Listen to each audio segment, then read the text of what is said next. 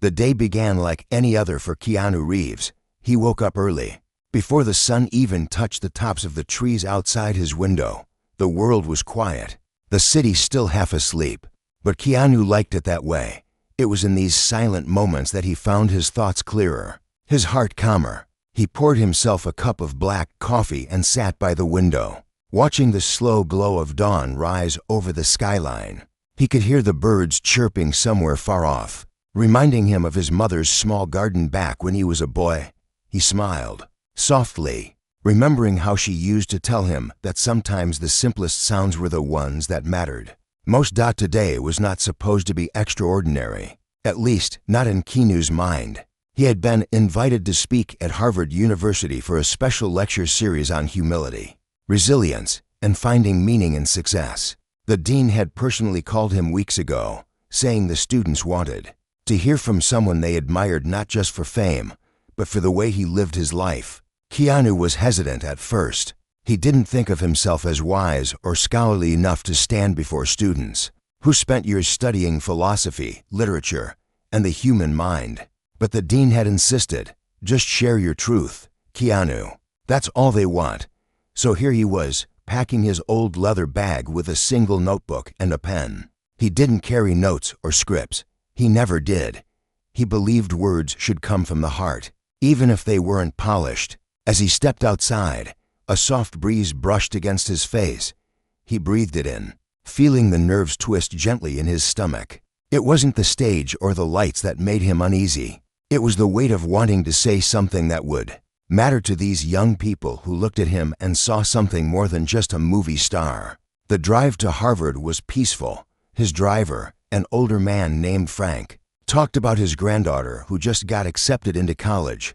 Keanu listened closely, asking questions, laughing when Frank proudly showed him a blurry photo on his phone.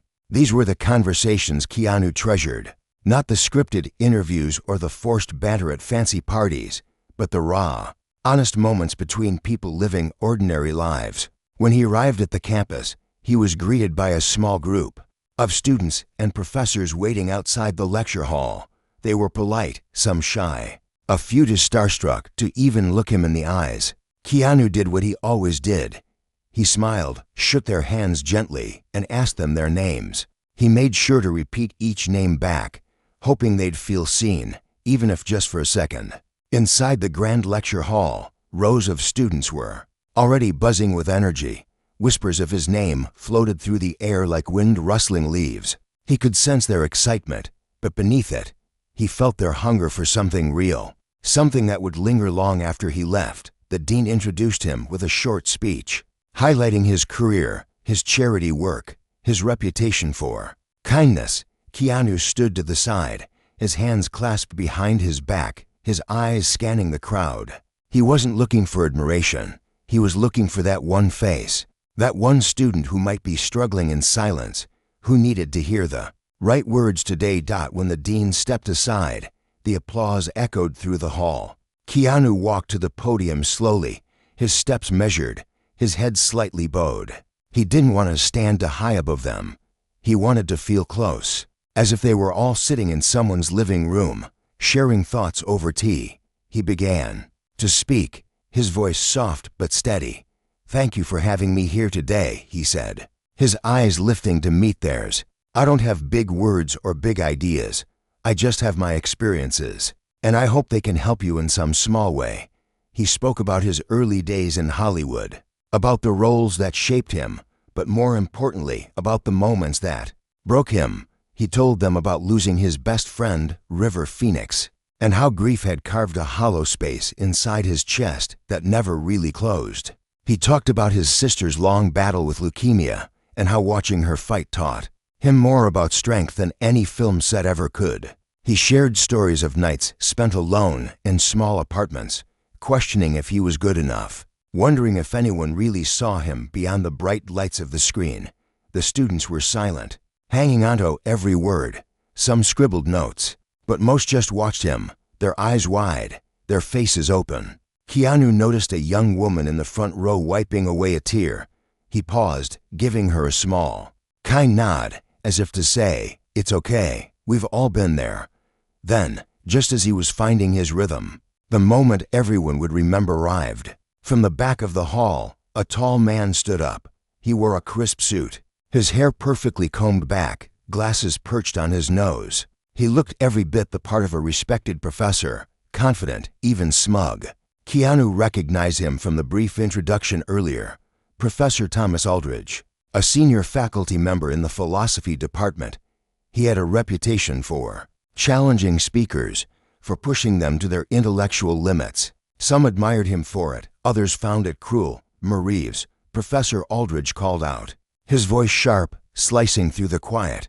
"May I ask you something?" Keanu nodded gently. "Of course, you speak about humility and loss, about resilience and kindness. But do you really think these things matter when the world runs on ambition, power, and intellect?" he asked, his tone laced with condescension.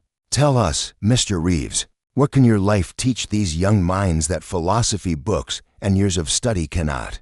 The room went so still that Keanu could hear the faint hum of the air conditioner overhead.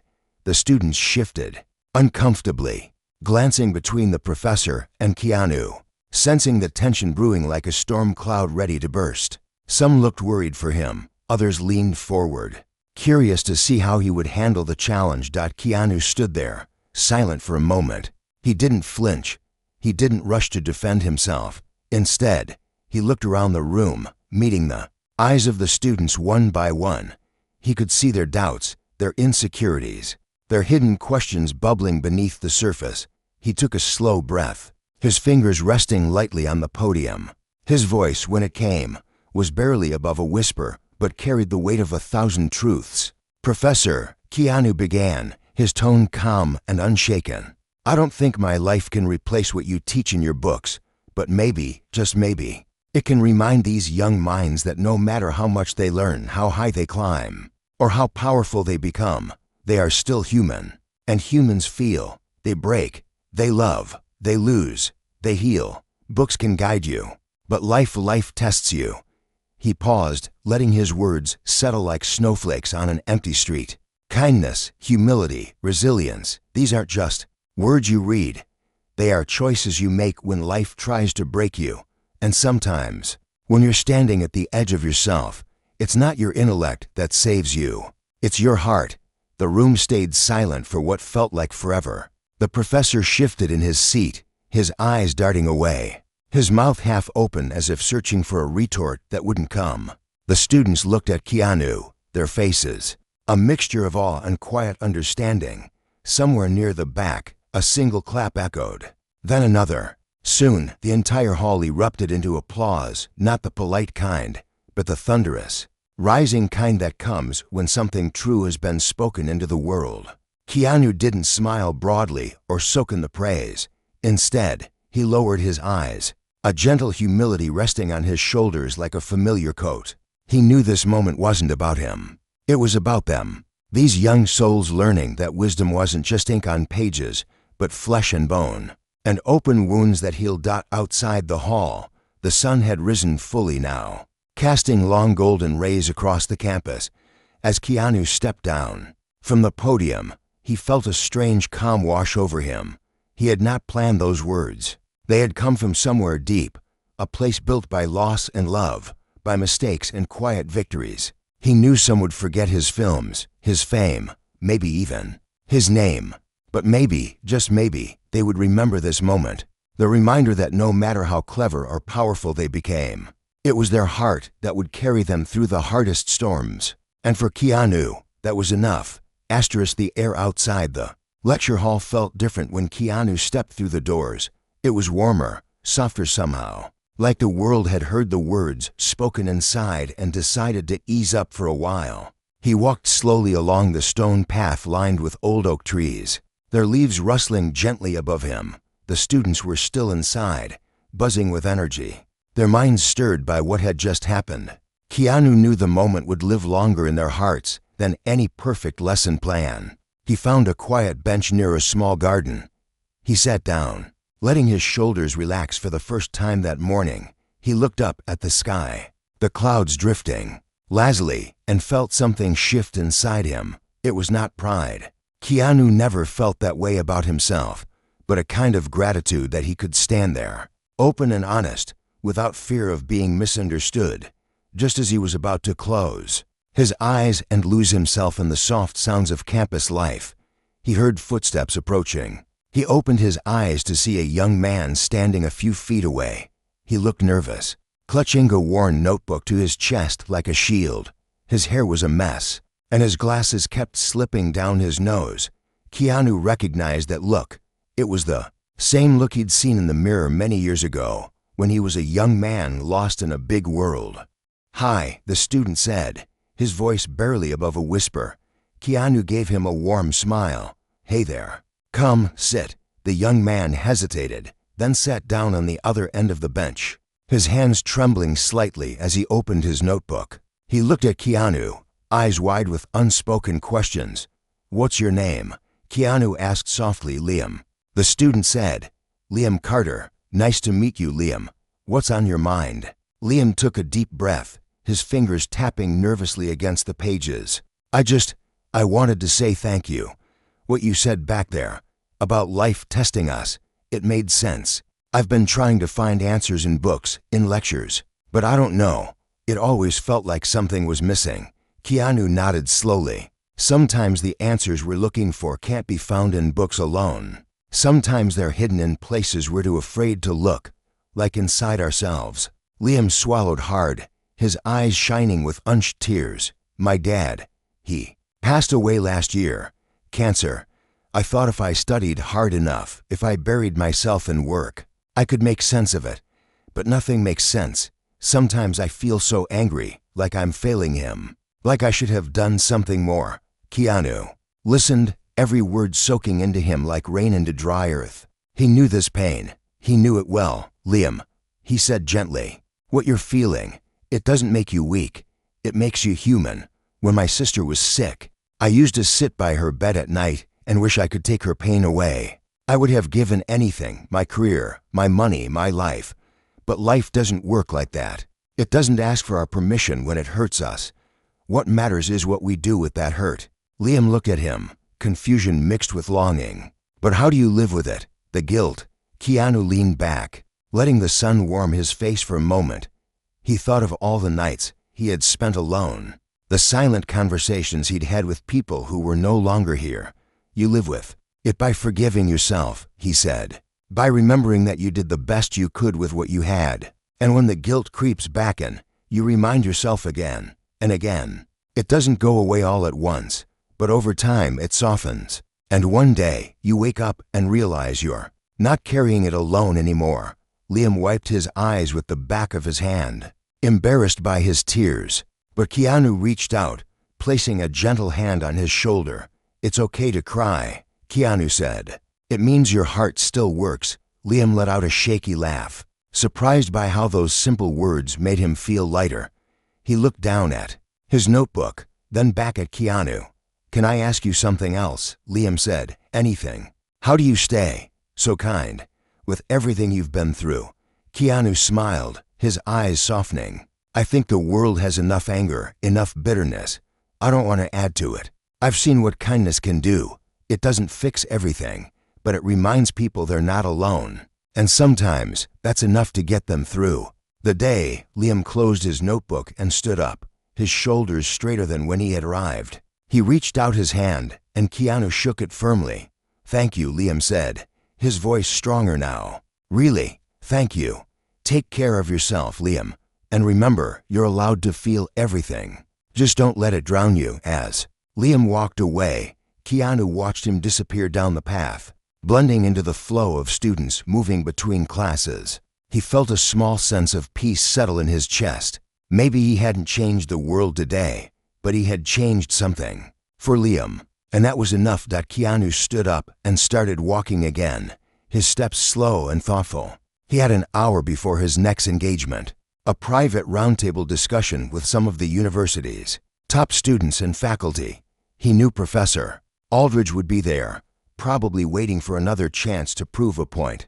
But Keanu wasn't worried. He didn't see it as a battle to win.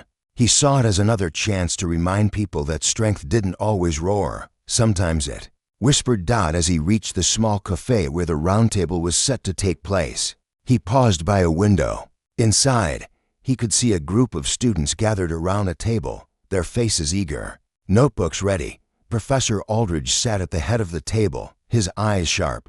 Already flipping through his stack of notes, Keanu took a breath, feeling the weight of the moment settle on his shoulders. He knew there would be more questions, more challenges, but he also knew this. Every answer didn't have to come from a book. Some answers came from living, from losing, from loving, and from standing back up when life knocked you down. He opened the door and stepped inside, ready to face whatever came next. The small cafe had a warm, old-world feel to it, with dark wooden beams crossing the ceiling and sunlight pouring in through tall windows. The walls were lined with shelves full of books, philosophy, literature, science, each one holding ideas that had shaped generations of students. Keanu paused just inside the door, taking in the quiet hum of conversation, the smell of fresh coffee and paper. He liked places like this, places that felt lived in, places that reminded people to slow down and think. Around the biggest table near the window, a group of students sat waiting. They shifted in their seats when they saw him, some sitting up straighter, others nudging each other with shy excitement. Professor Aldridge was there too, sitting stiffly with his back straight and his hands folded on top of a neat stack of papers. He didn't look up when Keanu walked in. Instead, he kept his eyes on the students as if to remind them who was in charge here. The dean, a kind man named Richards, stood up and greeted Keanu with a warm handshake. "Thank you for joining us again, Keanu," he said. "These students have been looking forward to this. It's not every day they get to sit with someone like you." Keanu smiled softly. "Thank you for having me. I'm glad to be here." He took an empty seat near the middle of the table, placing his notebook down but not opening it. He didn't plan to write anything. He wanted to listen first. That's where the real stories lived, in the pauses, between other people's words. The dean gave a brief introduction and then turned it over to the students. A young woman with curly hair and bright eyes raised her hand first.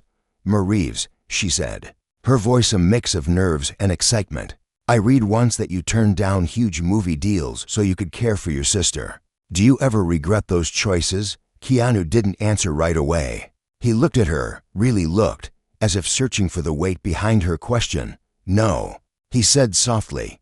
"I don't regret it. The work will always be there. The world will always want more from you, more time, more energy, more of your soul. But family, they're not here forever.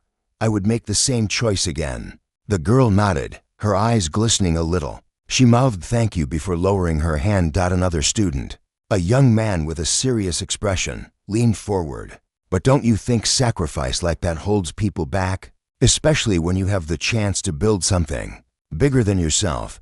Keanu tilted his head slightly, considering the question. "Depends on what you think is bigger," he said.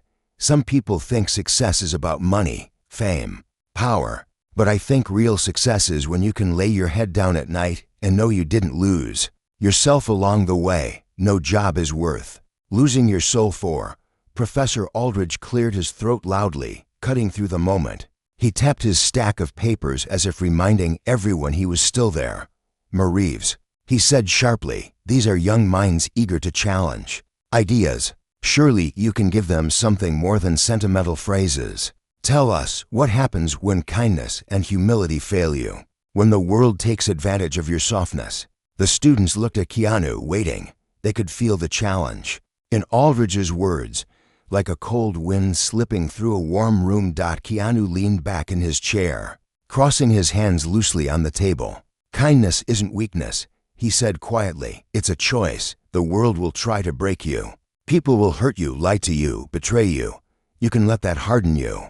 Or you can choose to stay open. It doesn't mean you let people walk all over you. It means you know who you are, and nothing they do can take that away." Aldridge narrowed his eyes, ready with another sharp question. But before he could speak, a small voice interrupted. "Can I say something?" Everyone turned to look at the speaker. It was a girl sitting at the far end of the table. She looked so small next to the tall stacks of books behind her. Her hair was tucked behind her ears, and she fidgeted with the sleeve of her sweater. "Go ahead," Keanu said, his voice encouraging. She swallowed, her cheeks pink. "My name is Sophia. Last year, I almost dropped out. My dad lost his job. We couldn't afford tuition.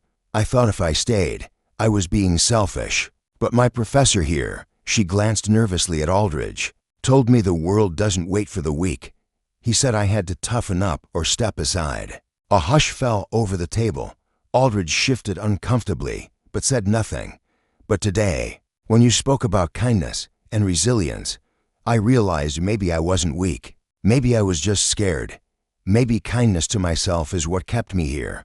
So, thank you." Her voice cracked at the last word. Keanu's eyes softened. He reached across the table and placed his hand flat on the wood, as if offering her an anchor to hold onto. "You are not weak, Sophia," he said. "You're brave. And don't let anyone tell you otherwise." The students glanced at Aldridge. He looked down at his papers, flipping them over like they suddenly bored him. The dean cleared his throat, trying to ease the tension. "Anyone else?" A tall boy with a notebook full of scribbled notes spoke up. "What's the most important lesson you've learned?" Keanu paused. So many lessons floated through his mind, some learned in pain, some in the quiet moments he spent alone. He thought of River, of his sister, of all the people he had loved and lost, that life is fragile. He said finally, "It can change in a heartbeat, so be present. Say what you need to say. Love people while you have the chance." The table fell silent again. Outside the cafe, the sun was starting to dip, painting the world in soft orange light. The students sat with their notebooks open, but forgot to write. They just listened. Really listened. Professor Aldridge cleared his throat once more, his voice tighter this time. "Mr. Reeves, surely you understand that philosophy demands logic, not sentiment. Do you think your life story alone can guide these students through the complexities of the world?" Keanu looked at him for a long moment, then at the students, then back at Aldridge. "No," he said, "but maybe it can remind them that behind every idea, every theory, every debate, there's a human being, with fears, with dreams, with a heart that breaks and heals. Books can teach you how to think, but life for life teaches you how to feel. And you need both." The room stayed hushed. No one spoke. No one argued. Even Aldridge seemed to lose his words. The dean finally stood. "Thank you, everyone. That's enough for today."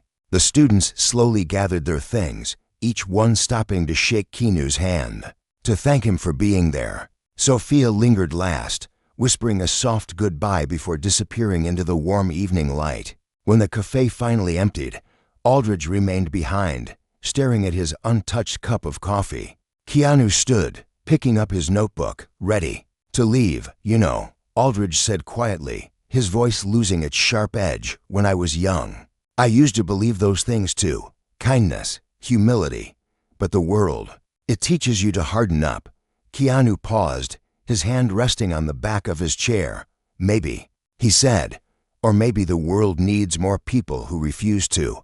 He walked out into the evening air, the sun dipping low behind the old brick buildings. For the first time that day, he felt lighter. He didn't know if he'd changed Aldridge's mind, but he knew he'd planted a seed. Sometimes that was all you could do, plant seeds, even in the hardest soil, and trust that someday they would bloom.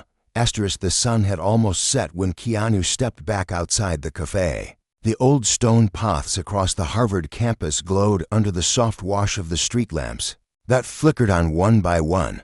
There was something comforting about this time of day, the in-between, when the world seemed to pause and draw a deep breath before night fully settled in. Keanu didn't hurry. He liked moving slowly, letting the sounds and smells of the evening wrap around him like a familiar blanket. He could hear laughter drifting from a distant courtyard, the muffled strum of a guitar, the rustle of leaves that danced down the worn brick pathways. Every step reminded him of his younger days, wandering cities alone, carrying only a small bag and his thoughts, looking for signs that he was still connected to something bigger than himself. His mind drifted back to Sophia's words at the round table, the tremor in her voice, the courage it took for her to speak up. He knew she might still struggle, Life didn't magically get easier because of one honest conversation.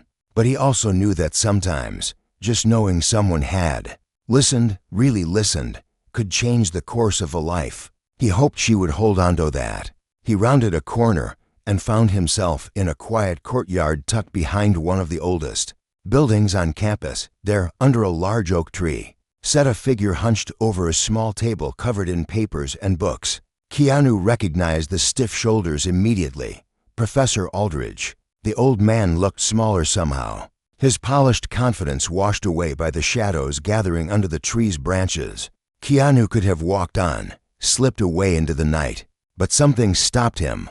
Maybe it was the memory of Liam's tears or Sophia's shaky voice. Or maybe it was that tiny hope inside him that even people who seemed unmovable could still change. He stepped closer, the gravel crunching under his boots. Aldridge looked up, startled, then quickly masked his surprise behind a familiar tight-lipped frown.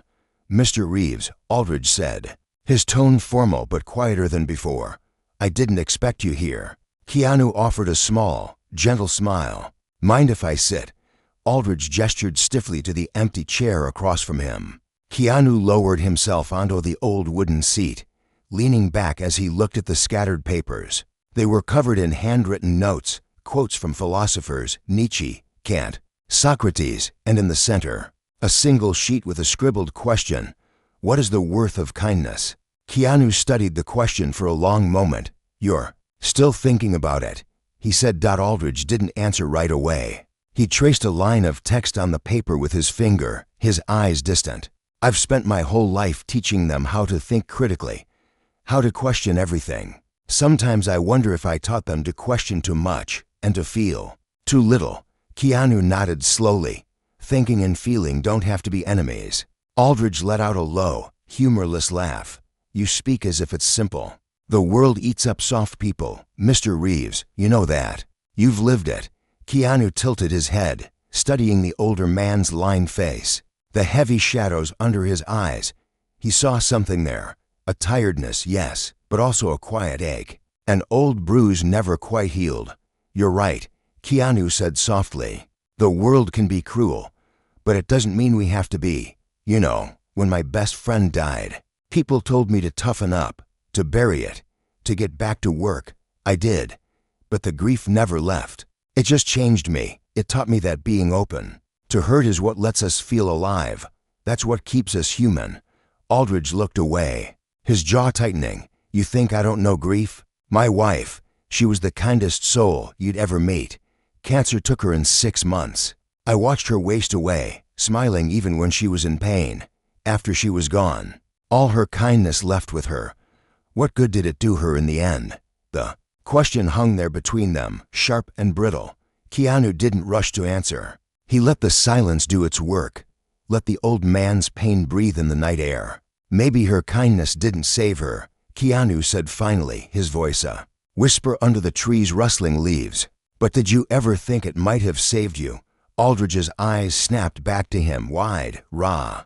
For a moment, the mask slipped, and Keanu saw the man beneath the professor, a husband who had loved deeply and lost more than he could bear. "The pain you carry," Keanu continued gently, "it means you loved her enough to feel it. That's not weakness, that's proof you're still alive, that you still have a heart that works." Aldridge looked down at his papers, his hand trembling as he pushed them into a neat pile. The question at the center, "What is the worth of kindness?" seemed to burn into the wood of the table itself. "I don't know how to teach that," Aldridge said, his voice cracking for the first time that night. "You don't have to teach it," Keanu said. "You just have to show it. They're watching you, Professor, more than you know." The two men sat there in the deepening dusk, the old oak tree standing guard above them. Keanu didn't offer any more words. Sometimes the best truths didn't come dressed in speeches or big gestures. They came in the quiet space, where people dared to be real. After a long while, Aldridge spoke again, softer than Keanu had ever heard him. "You're a strange man, Mr. Reeves." Keanu laughed quietly, the sound like a small lantern in the dark. "I've been called worse." They both chuckled, a fragile bridge spanning the years between them. When they finally stood, Aldridge held out his hand. Keanu took it, feeling the strength still there, the warmth that had been buried too long under layers of armor.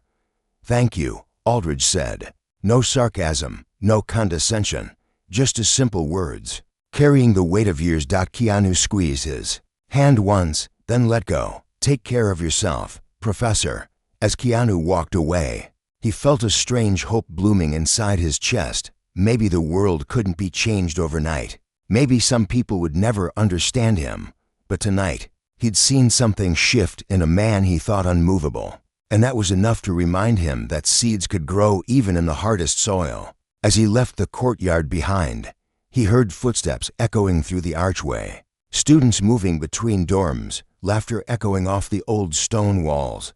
He walked into the night, feeling less like a star and more like a man. Just another soul trying to make sense of this fragile, beautiful, unpredictable life.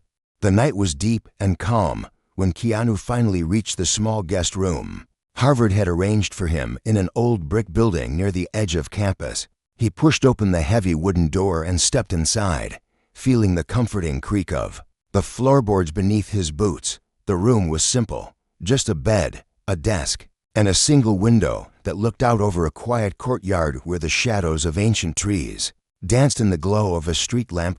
He set his worn leather bag on the desk and sat on the edge of the bed. His body was tired, but his mind felt strangely alive, buzzing with everything that had happened that day.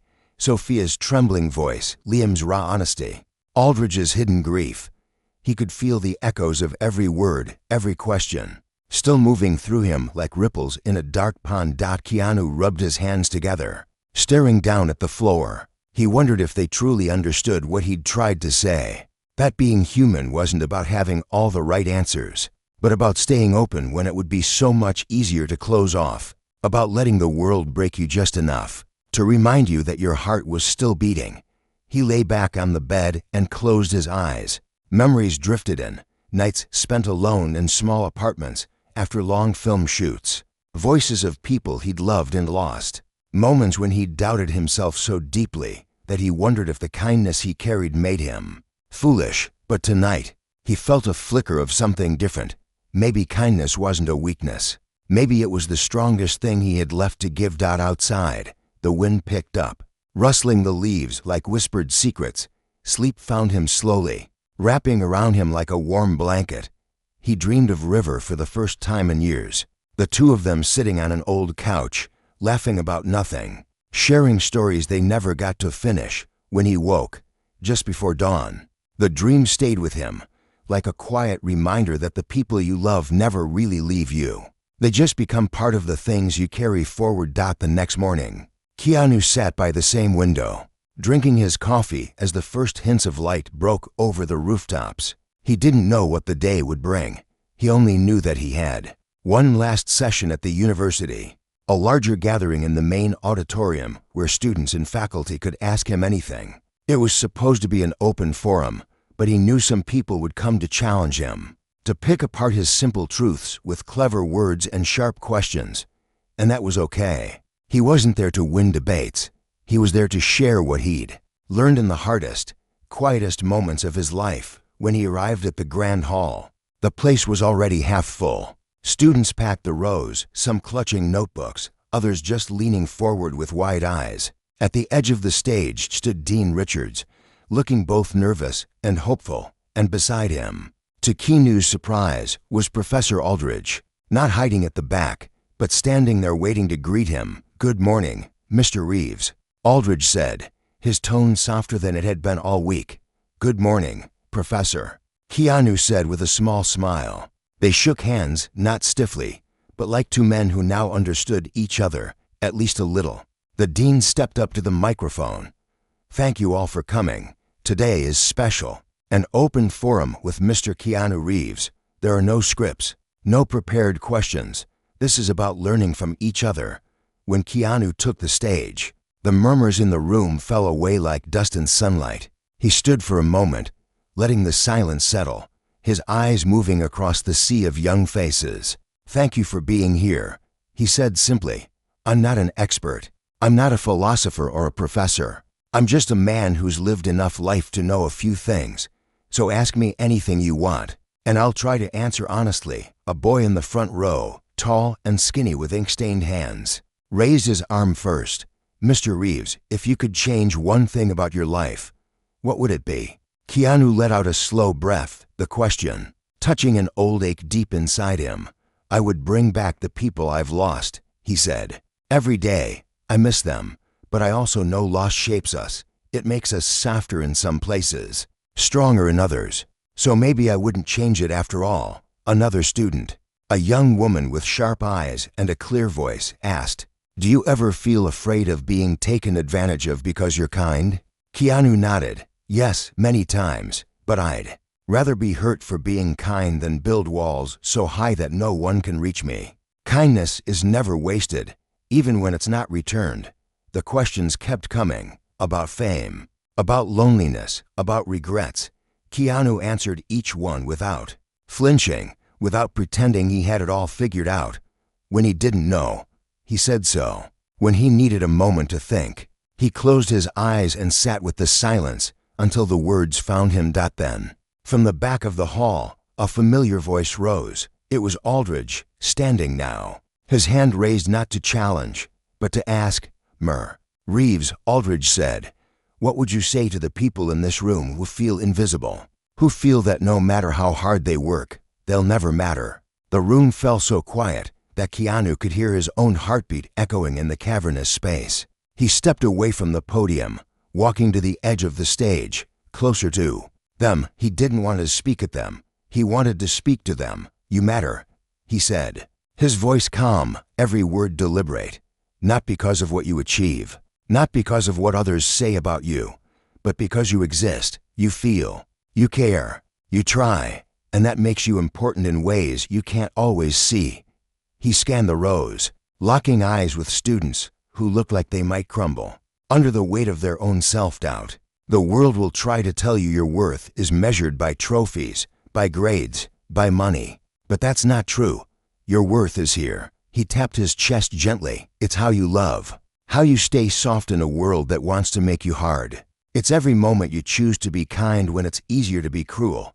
A hush spread through the hall like a blanket laid gently over tired shoulders. So if you feel invisible, Keanu said, his voice a whisper now, remember, you're not, and you never were. One by one, students began to clap. At first, the sound was shy, scattered. But soon, it grew, rising like a wave that washed over the hall, carrying with it a warmth that made the old walls feel less cold. And standing off to the side, Professor Aldridge lowered his eyes and clapped too, his hands coming together slowly, each movement a small surrender to a truth he had tried so hard to deny. The applause echoed through the grand hall long after Keanu stepped away from the edge of the stage. He stood there for a moment, taking in the sight of all those young faces, so full of hope and doubt and dreams that hadn't yet been crushed by the weight of the world. He could see Sophia near the back, sitting next to Liam. Their eyes were bright, their shoulders a little straighter than when he'd first met them. He knew deep down that what they did next with their lives was not his to control, but maybe now they'd carry a new truth inside them. They were enough. Just as they were, the dean walked up beside him, his face soft with gratitude. Thank you, Keanu, he said, his voice low so only they could hear. You gave them something no book could give.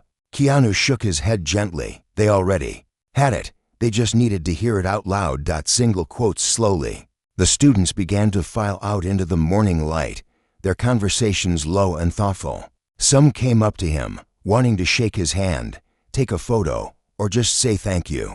He took his time with each one, never rushing, looking them in the eyes, repeating their names back to them so they would remember, just for a moment, that they had been seen. Professor Aldridge lingered by the steps leading down from the stage, his stack of papers gone, his hands buried deep in the pockets of his worn blazer. When the last student had gone, he walked up to Keanu, the lines in his face softer than they'd been just days ago. Reeves, he began, but the formal tone fell away before he could finish. He cleared his throat, looking down at the floor. Keanu, I've been thinking about what you said. Keanu nodded. He didn't rush him. Aldridge let out a sigh that sounded like it came from ears buried deep inside his chest. For so long, I thought my job was to push them harder, to make them tougher, to prepare them for a world that would not be kind. But maybe I forgot that they needed to know. It was okay to be soft to feel, to care. Keanu gave him a small, understanding smile. It's never too late, Professor. Aldridge looked up then, his eyes glistening in the soft light pouring through the tall windows. My wife used to say that too. His voice cracked a little on her name, but he didn't hide it this time. He let the pain come, like a tide washing over old stones. Thank you, Keanu. Not for what you said up there, but for reminding me what she always knew. Keanu reached out and placed a hand on the old man's shoulder. They stood like that. For a moment, two men carrying different scars, connected by a truth too simple for books and too deep for debate.